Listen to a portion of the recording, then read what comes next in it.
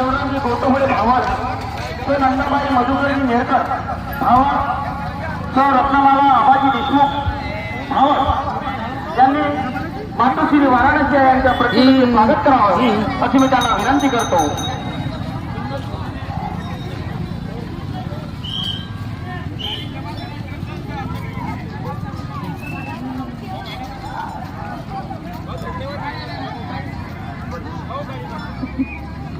सर्व सेवकांनी या ठिकाणी शांतचित्ताने बसावं. मातोश्री वाराणसी यांच्या प्रतिमेचे या ठिकाणी स्वागत होत आहे. तसेच प्रेमदाबाई झलके यांनी सुद्धा सहकार्य करावं अशी मी त्यांना विनंती करतो. सौ वाराणसी यांचे लग्न महानतेजी बाबा धुंदीजी यांच्याशी सन 1938 साली मे महिन्यात झाले.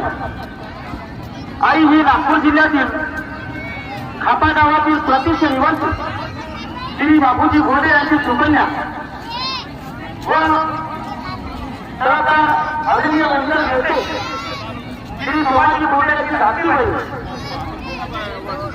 बाबांच्या भगवत प्राप्तीमध्ये बाबांना सर्व प्रकारची सहकार्य केले. मानव धर्माच्या प्रचार आणि प्रसारामध्ये आईच्या देखील फार मुलाच्या वाटा आहे. आईच्या सहकार्याविना महानतेजी बाबा धुंदीजी आम्हाला चौकापर्यंत पोहोचू शकले असते.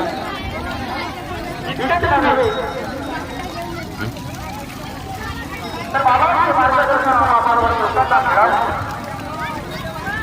याकरता आपले आयुष्य देखील आईने दान दिले. अशा जगाच्या मूर्ती असलेल्या सौ वाराणसी आई यांच्या प्रतिनिधी या ठिकाणी स्वागत होत आहे.